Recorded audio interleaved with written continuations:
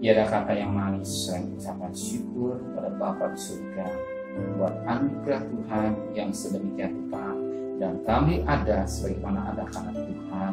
Dan sebelum kami mengadakan aktivitas lain, kami mengutamakan Tuhan di atas segala-galanya.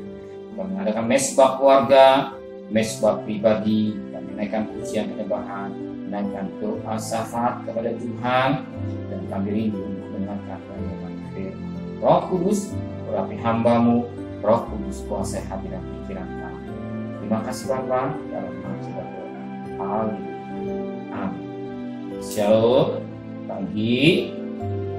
Mari kita akan membaca Yehezkiel pasal 43. Yehezkiel pasal 43 ayat pertama sampai ayat 27. Yehezkiel pasal 43 ayat pertama sampai ayat 27. Tuhan kembali ke bait suci dalam kemuliaannya. Lalu dibawanya aku ke pintu gerbang, yaitu pintu gerbang yang menghadap ke sebelah timur. Sungguh kemuliaan Allah Israel datang dari sebelah timur, dan terdengar suara seperti suara air terjun yang menderu.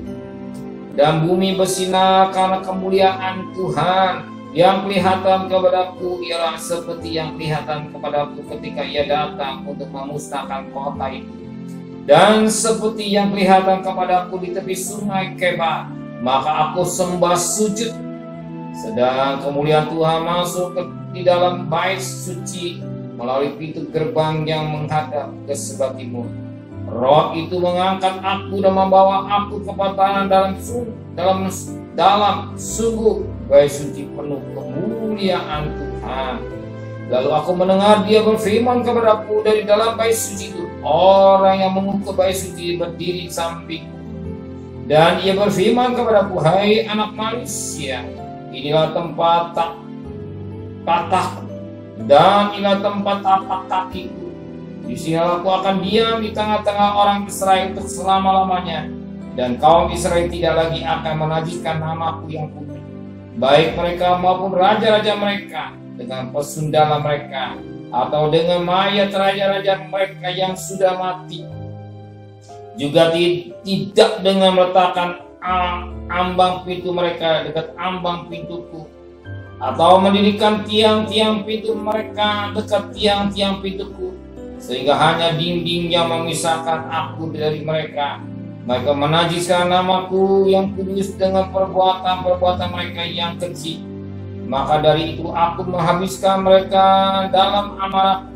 Sekarang mereka akan menjauhkan kesetiaan mereka dan mayat raja-raja mereka daripadaku, dan aku akan diam di tengah-tengah mereka untuk selama-lamanya. Maka engkau, hai anak manusia, terangkanlah pada kaum Israel tentang bait suci itu, agar mereka menjadi malu melihat kesalahan-kesalahan mereka. Juga bagaimana bait suci itu kelihatan dan rancangannya. Dan kalau mereka masa malu melihat segala sesuatu yang dilaksanakan mereka, gambar bait suci itu, bagian-bagiannya, pintu-pintu gerbang, pintu keluar, dan pintu masuknya, dan seluruh bagannya, beritahukanlah kepada mereka segala peraturan dan hukumnya, dan tuliskanlah di hadapan mereka, agar mereka melakukan dengan setia segala hukumnya dan peraturan. Inilah ketetapan mengenai bait suci. Seluruh daerah yang puncak gunung itu adalah maha kudus. Ayat yang ke-18. Lalu ia berfirman kepada hai anak manusia, beginilah firman Tuhan Allah, beginilah peraturan mengenai mesbah itu. Ketika sudah selesai dibuat dan hendak mempersembahkan korban bakaran di atasnya dan menyiramkan darah padanya, berikanlah kepada imam-imam orang Lewi dari keturunan Zadok seekor lembu jantan muda untuk korban penghapus dosa, sebab mereka lah yang boleh mendekat kepadaku untuk menyelenggarakan kebaktian. Demikianlah firman Tuhan Allah. Dan ambillah sedikit dari darah itu dan bubuhlah pada keempat tanduk mesbah itu, pada keempat sudut jalur keliling itu, dan pada tepinya sekeliling, Dengan demikian engkau menyucikan mezbah itu dan mengadakan pendamaian baginya. Lembu jantan untuk korban penghapus dosa itu, dan orang harus membakarnya di tempat yang sudah ditentukan sekitar bait suci di luar tempat kudus. Pada hari kedua engkau harus mempersembahkan seekor kambing jantan yang tidak bercela sebagai korban penghapus dosa, dan orang harus menyucikan mezbah itu seperti sudah disucikan dengan lembu jantan. Sesudah upacara penyucian itu engkau selesaikan, engkau harus mempersembahkan seekor lembu jantan muda yang tidak bercela dan seekor domba jantan dari antara domba-domba yang tidak bercela. Engkau harus membawanya ke hadapan Tuhan, dan imam-imam harus menaburkan garam ke atasnya dan mempersembahkan korban bakaran bagi Tuhan. Selama 7 hari engkau harus mengolah setiap hari seekor kambing sebagai korban penghapus dosa. Harus diolah juga seekor lembu jantan muda dan domba jantan dari antara domba-domba yang tidak bercela. 7 hari lamanya mereka harus mengadakan pendamaian bagi mezbah itu, serta mentahirkannya. Dengan demikian mentahirkan mezbah itu sesudah hari-hari terakhir.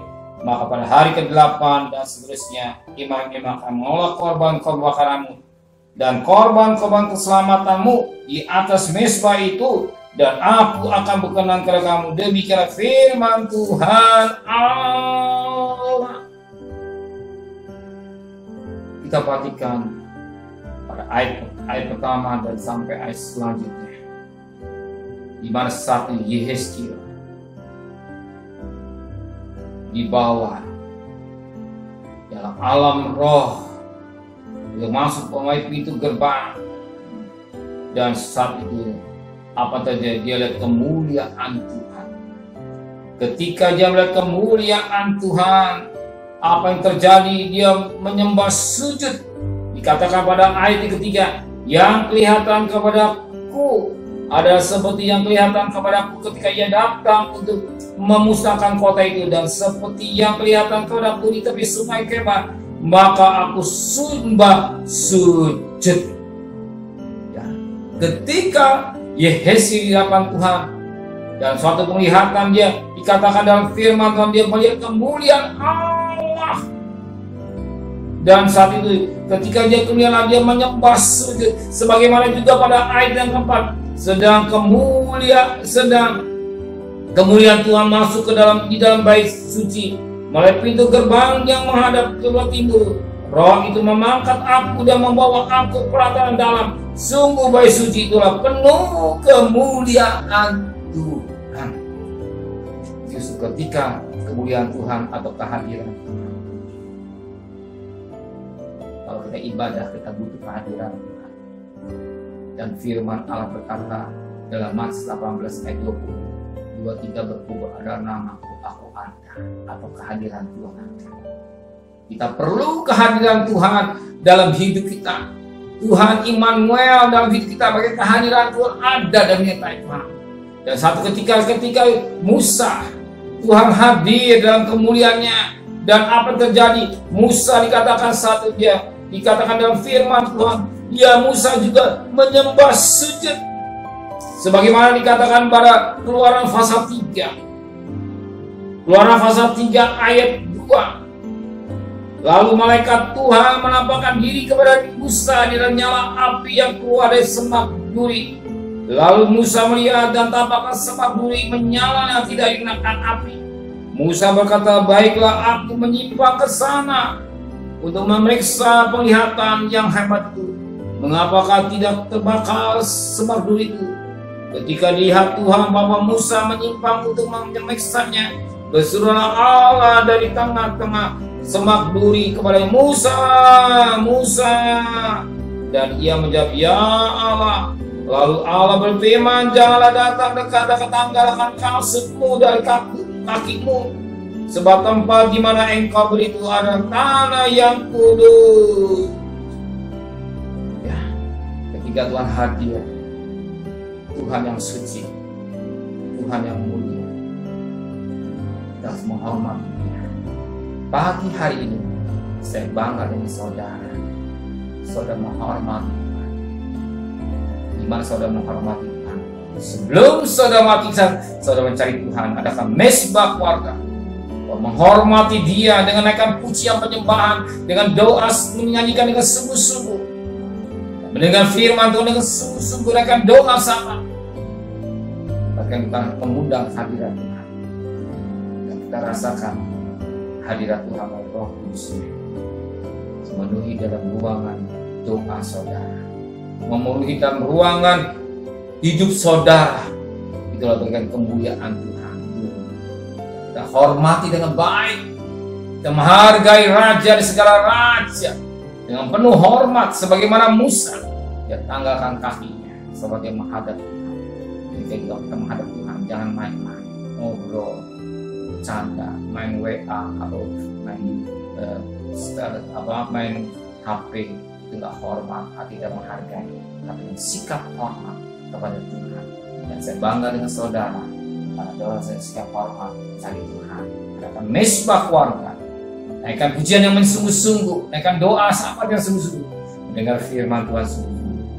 Ya, hadirat Tuhan dipenuhi, sehingga ibadah saudara, mesbah keluarga pribadi tidak sia-sia. Nama berkata Tuhan. Kemuliaan Tuhan atau kehadiran Tuhan penting dalam hidup kami, dan kami rasakan kehadiran Tuhan ketika kami adalah mesbah keluarga. Kehadiran Engkau ada dalam hidup kami, apa yang disebut imannya Allah beserta dari kami. Kemuliaan Allah, hadiran Engkau ada, betapa terima Tuhan Tuhan, kuduslah kami sebab Engkau kudus. Itu Allah kudus, dan kami hidup dan berdosa. Maka Engkau sucikan hati dan pikiran kami yang tidak baik, dan kami berjalan pada real firman Allah yang tepat dan benar. Kembalikan kami pada besok pagi dan tubuh yang sehat dengan tidak kurang satu apapun. Sertai perjalanan kami untuk cari nafkah, bekerja atau berdagang, dan tetap keluarga kami semua dalam kasih sayang yang daripada Tuhan. Terima kasih Bapak. Hamba berdoa untuk Bapak Presiden, Wakil Presiden, para Menteri, para Gubernur, para Bupati, para Wali Kota, para camat, para lurah, para RW, para RT, para medis, para relawan, para TNI, para Polri, bahkan mereka-mereka yang berjuang garis depan. Engkau sudah beri kemenangan dalam hidupnya, kesehatan yang prima, pelihara keluarganya, dan kami bersyukur karena anugerah Tuhan.